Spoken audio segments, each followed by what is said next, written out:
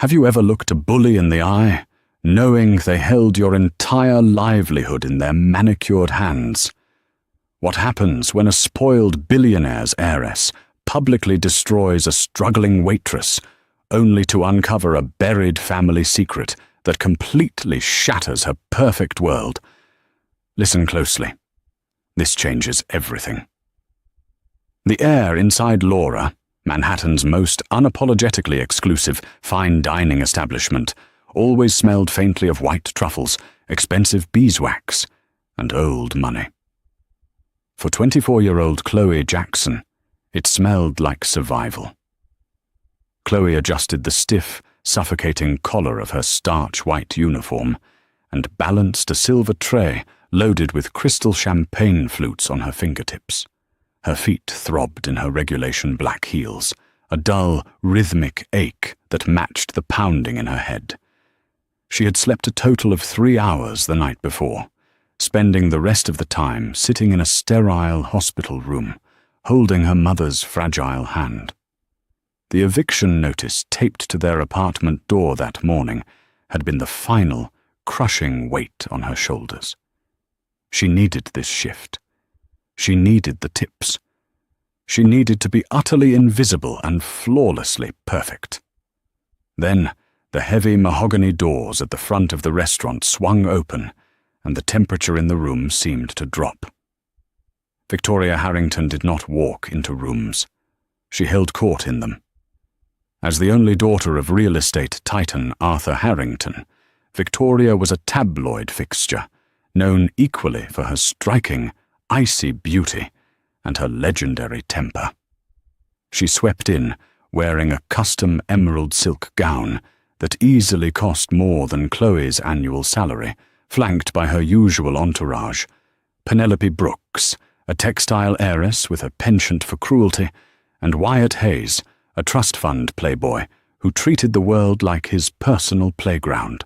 Monsieur Laurent, the usually unflappable general manager of Laura, practically materialized out of thin air, bowing so low his nose nearly brushed the Italian marble floor. "Miss Harrington, an absolute honor. Your usual table in the alcove is prepared," Laurent fawned, his voice dripping with sycophantic sweetness. "It better be," Victoria replied, not even looking at him. She didn't hand her white mink coat to the coat-check girl. She simply let it drop off her shoulders, fully expecting someone to catch it before it hit the floor. Someone did. Chloe was assigned to the alcove. It was the most coveted section, usually reserved for the most generous tippers, but serving the Harrington party was a notoriously dangerous game. One wrong move, one lukewarm soup, and a server could be blacklisted from the Manhattan dining scene forever. Approaching the table, Chloe pasted on her most professional, deferential smile. "Good evening. Welcome to Laura. May I start you off with some sparkling water, or perhaps a vintage selection from our cellar?" Victoria finally turned her gaze toward Chloe. Her eyes were a pale, piercing blue, and they swept over Chloe's uniform, her tired face, and her fraying name tag with undisguised contempt. "Water," Victoria commanded, her tone bored. "And make sure it's actually cold this time. Last week, the girl brought me tap water that tasted like it came out of a radiator.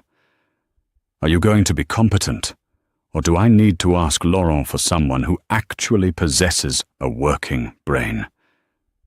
Chloe's jaw tightened, but her smile remained rigidly in place. "Ice water. Right away, Miss Harrington." For the next hour, the alcove table was a battleground. Victoria sent back her seared scallops because they were too symmetrical.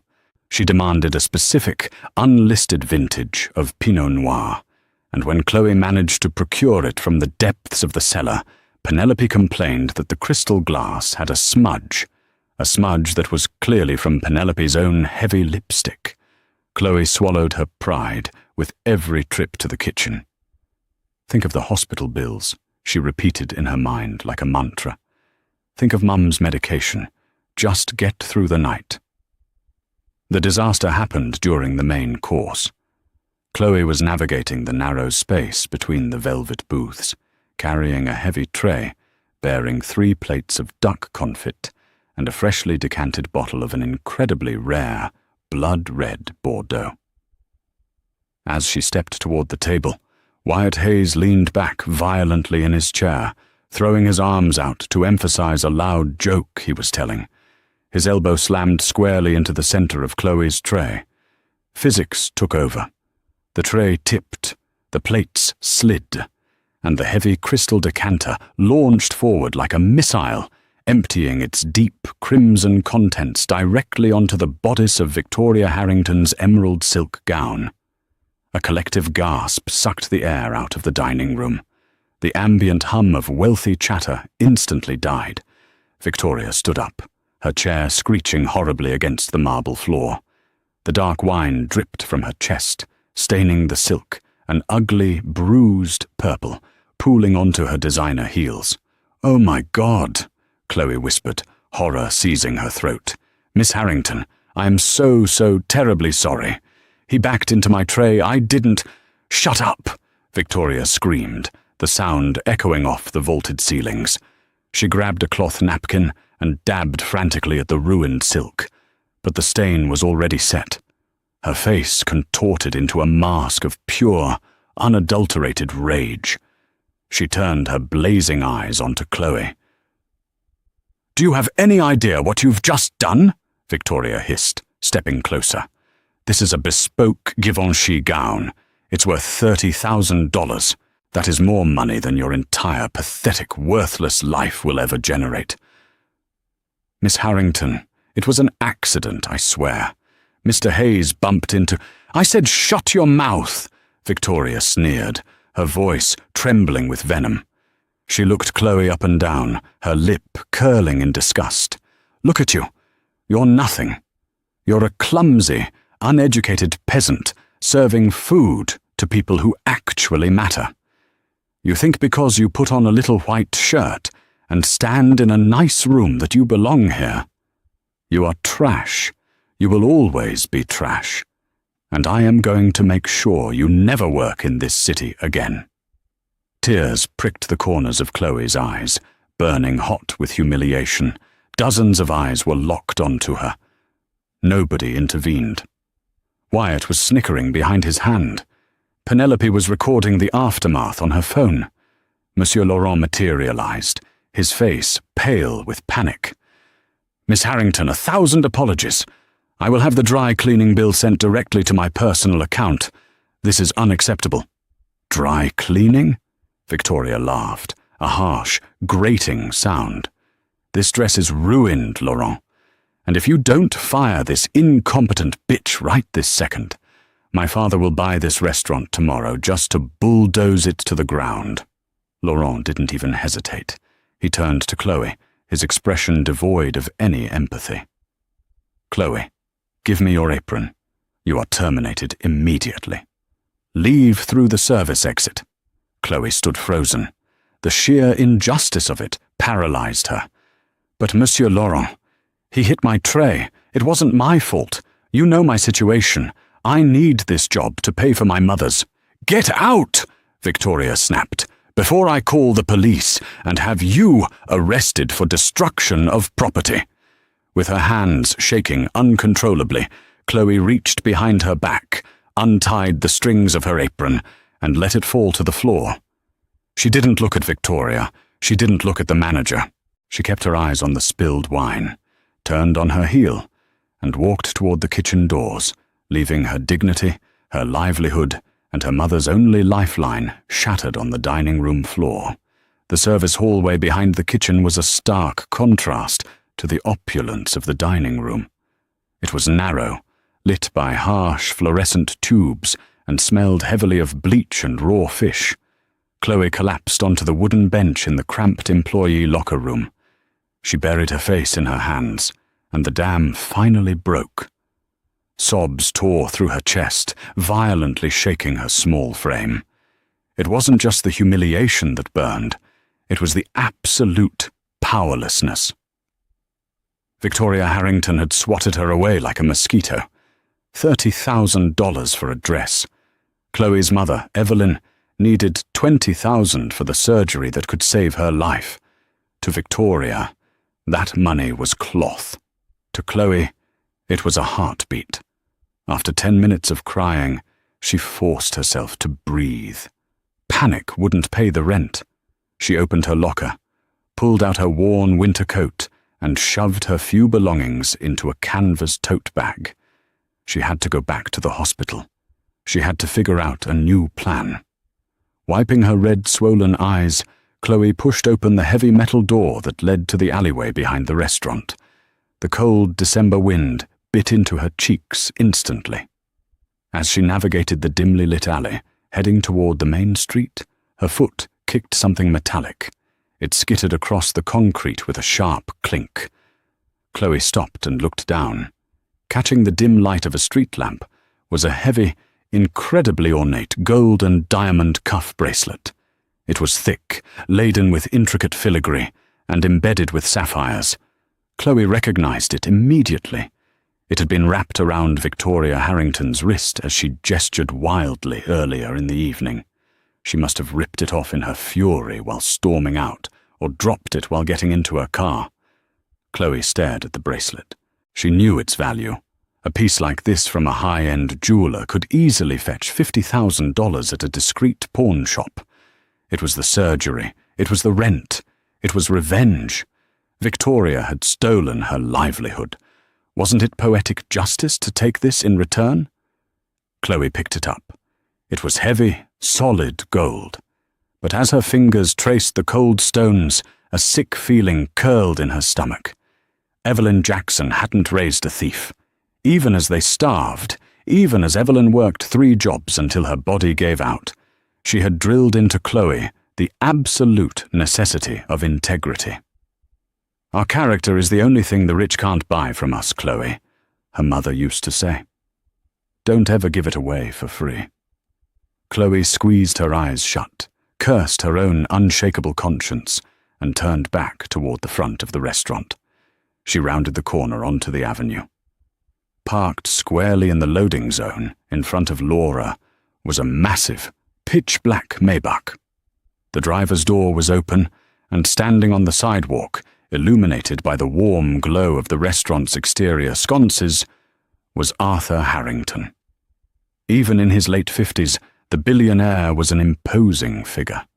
Tall, broad-shouldered, impeccably dressed in a bespoke charcoal overcoat, he radiated an authority that made people instinctively step out of his way. He was speaking in hushed, tense tones to Victoria, who was bundled in her white mink, arms crossed, looking infuriated. "Utterly unacceptable behavior, Victoria," Arthur was saying, his deep voice carrying on the night air. "You do not cause a scene in public. We have a reputation to maintain." "She ruined my dress, Dad," Victoria shot back, sounding remarkably like a petulant child rather than a 24-year-old heiress. "She was a clumsy idiot. I handled it." "You threw a tantrum," Arthur corrected sharply. Chloe swallowed the lump of fear in her throat. She gripped the gold cuff in her hand and stepped into the light. "Excuse me," Chloe said. Her voice was slightly raspy from crying, but steady. Arthur and Victoria both turned. Victoria's eyes widened in disbelief, then narrowed into absolute fury. What are you doing here? Are you stalking me? I told Laurent to throw you out." Arthur held up a single commanding hand, silencing his daughter instantly. He looked at Chloe, his sharp grey eyes analyzing her from her scuffed shoes to her tear-stained face. "Can I help you, young lady?" Chloe ignored Victoria entirely, focusing on the older man. She stepped forward and extended her hand, opening her palm to reveal the glittering bracelet. "Miss Harrington dropped this in the alleyway by the service exit," Chloe said, her tone deadpan and professional. "I thought she would want it back. It looks expensive." Victoria snatched the bracelet from Chloe's palm without a word of thanks, quickly inspecting it for damage. Arthur Harrington, however, did not look at the jewellery. He was staring at Chloe's face. As he stepped closer, the light from the sconce hit Chloe directly. She had distinct features, striking, deep-set, hazel eyes, a smattering of freckles across the bridge of her nose, and a sharp, elegant jawline that she inherited directly from her mother. Arthur's breath caught visibly in his chest. The commanding, powerful aura surrounding him seemed to fracture in a split second. The colour completely drained from his face, leaving him looking ashen and suddenly very old. "Where?"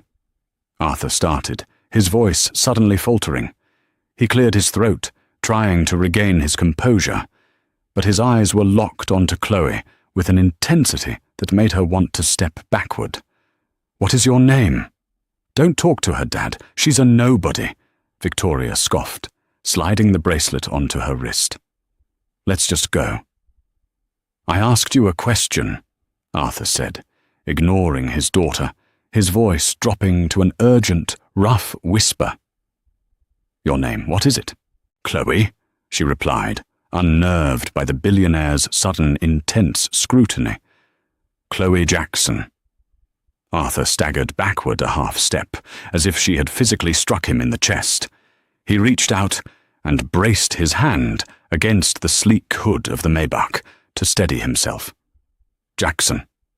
Arthur breathed out the word like a prayer or a curse.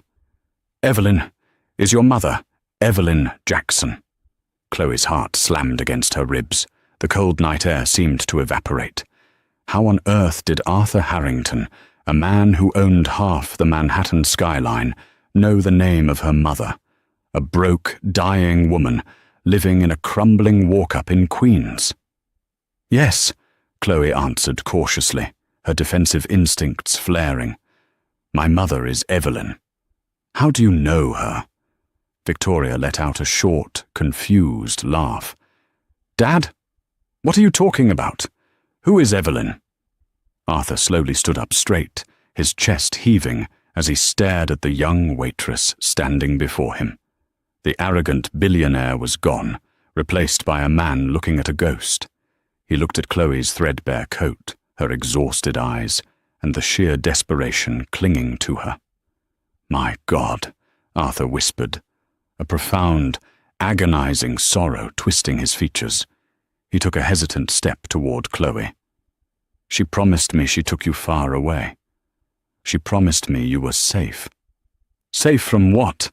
Chloe demanded, her voice rising in panic. "Mr. Harrington, how do you know my mother?" Arthur turned to his driver, who had been standing silently by the car door. "Cancel all my meetings for tomorrow," Arthur commanded, his voice trembling slightly. He looked back at Chloe. "Where is Evelyn now? I need to see her."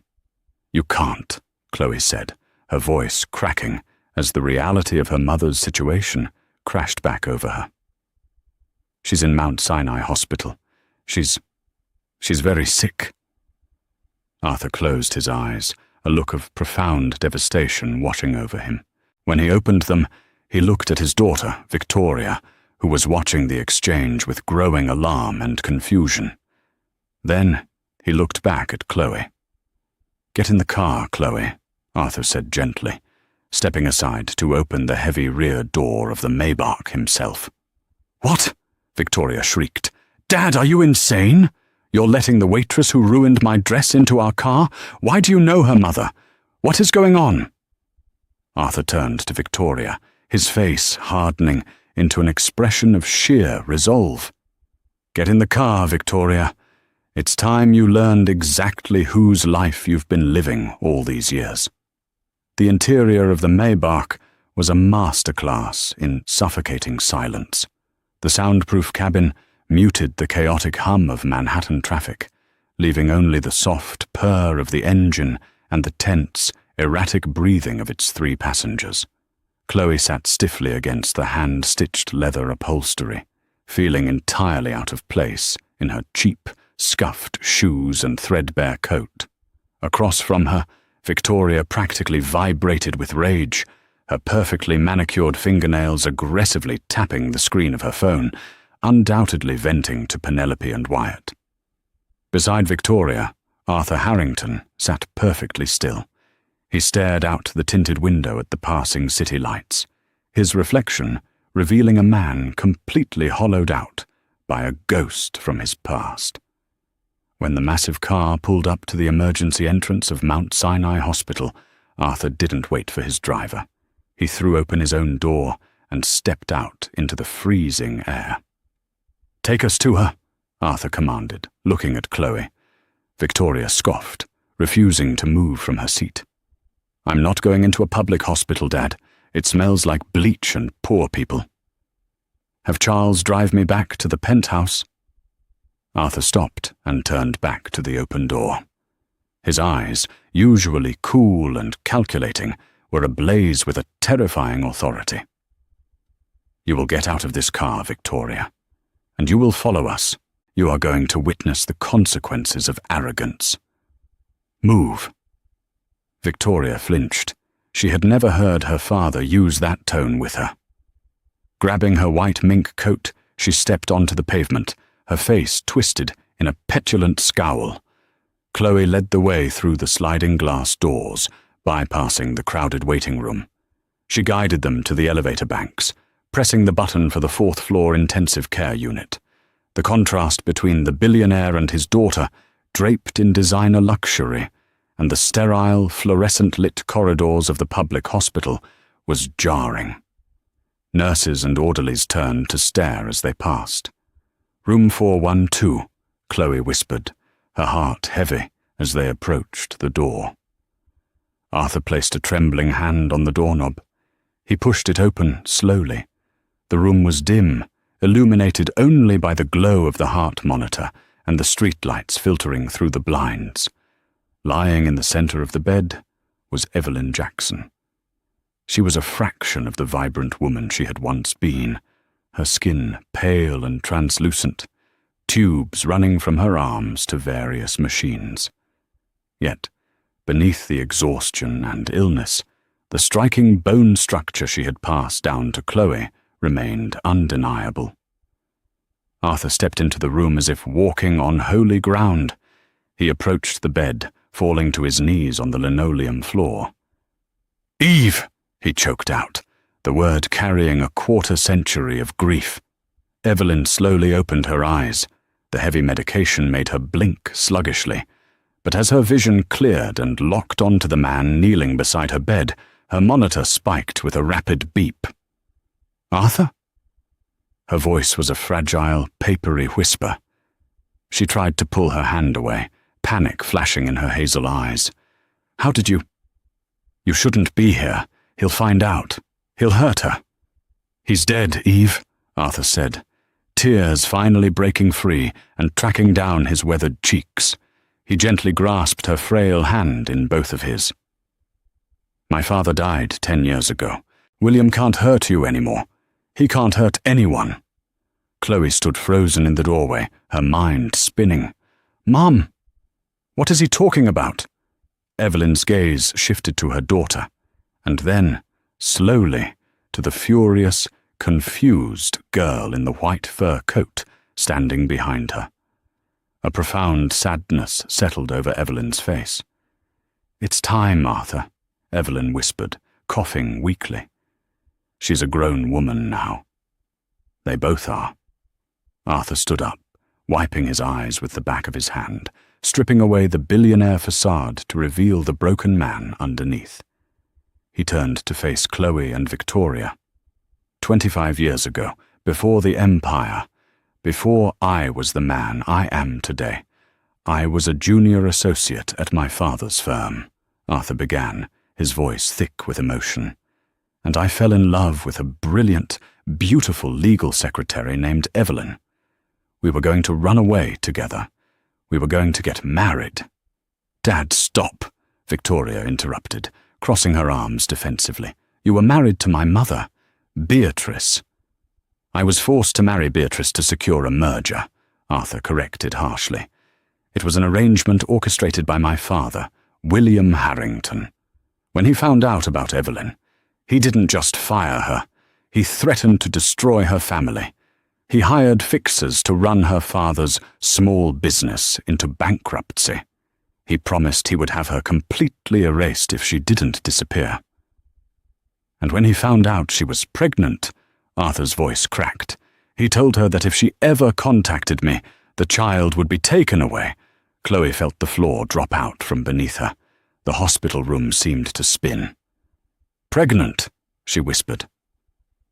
"I looked for you for a decade, Eve," Arthur said, turning back to the bed. "I hired private investigators, but you changed your name. You vanished." "I had to, Arthur," Evelyn breathed, tears pooling in her eyes. "To protect our daughter."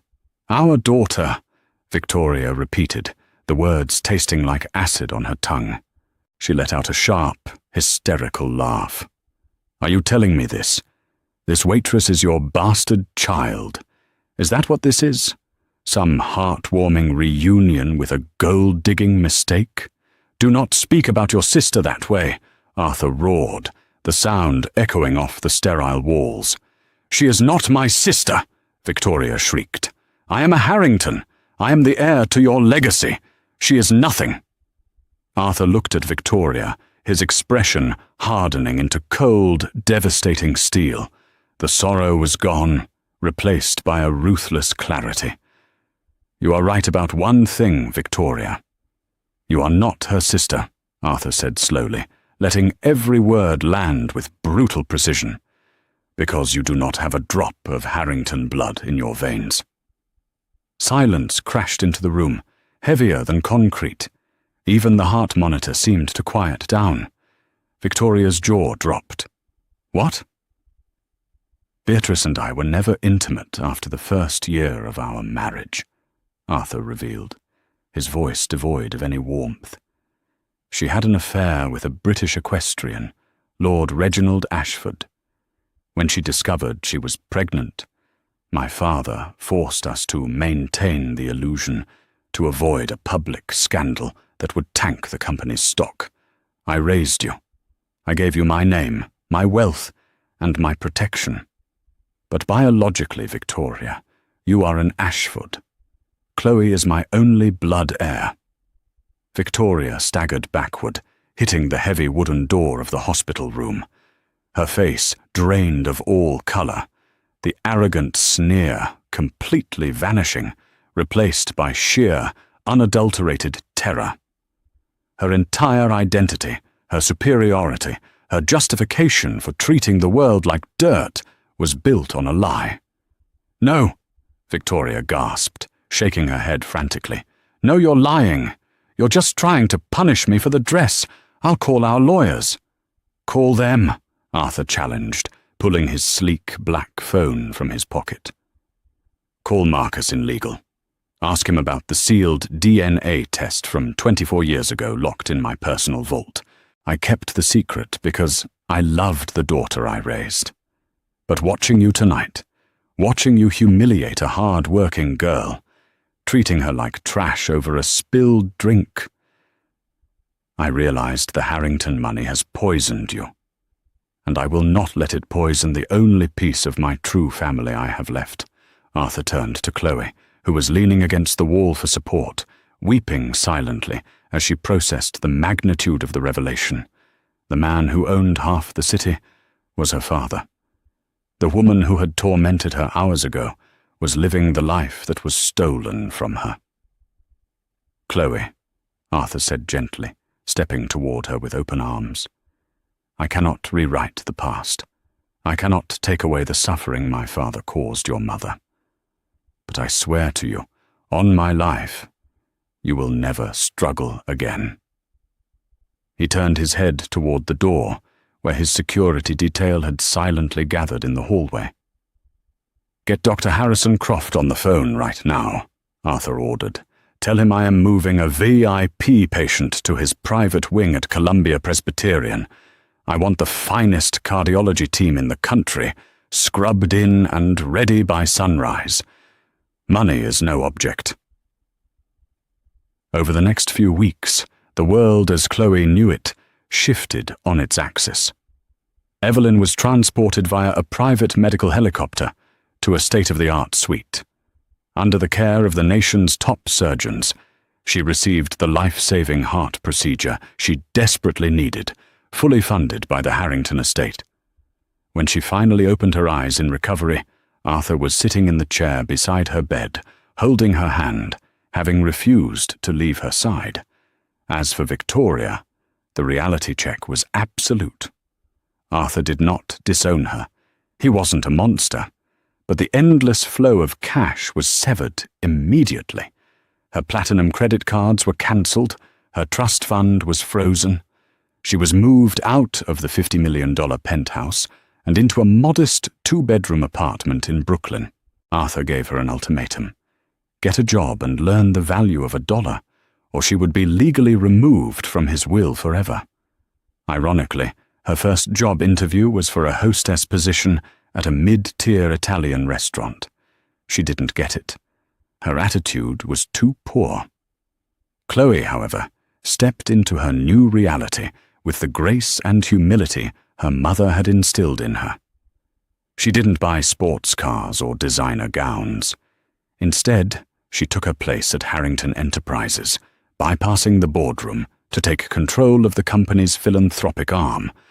Her first major initiative was establishing a massive, fully funded healthcare trust for service industry workers across New York City, ensuring that no waitress would ever have to choose between their dignity and their mother's life again. Sometimes the universe delivers justice wrapped in a spilled glass of wine, and sometimes the very people you step on are the ones who truly own the ground you walk on. Did this story of instant karma and shocking family secrets keep you on the edge of your seat? If you loved watching arrogance get exactly what it deserves, hit that like button. Share this video with a friend who loves a good plot twist, and don't forget to subscribe to our channel for more incredible, dramatic, real-life stories. Drop a comment below. What would you do if you were Chloe?